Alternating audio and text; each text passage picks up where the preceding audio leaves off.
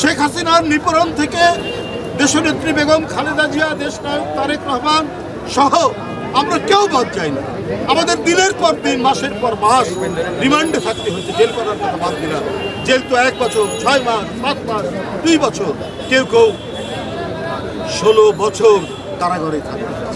স্বয়ং সর্বোচ্চ জনপ্রিয় নেত্রী, তাকে 7 বছরের মতো আজকে বন্দি অবস্থায় থাকে। একটি দেশ, যে দেশে 30 লক্ষ মানুষ আত্মহত্যা দিয়েছে, সেই দেশ থাকবে একজন ব্যক্তির কথাই চলবে? একজন ব্যক্তি তিনি যা মনে করবেন তার জমিদারি হবে এইটা? আপনারা জানেন, গতকালই সংবাদ মাধ্যমে এসছে, শুধু সরকারি নতুন যে সমস্ত প্রতিষ্ঠান হয়েছে, সেই প্রতিষ্ঠানগুলোর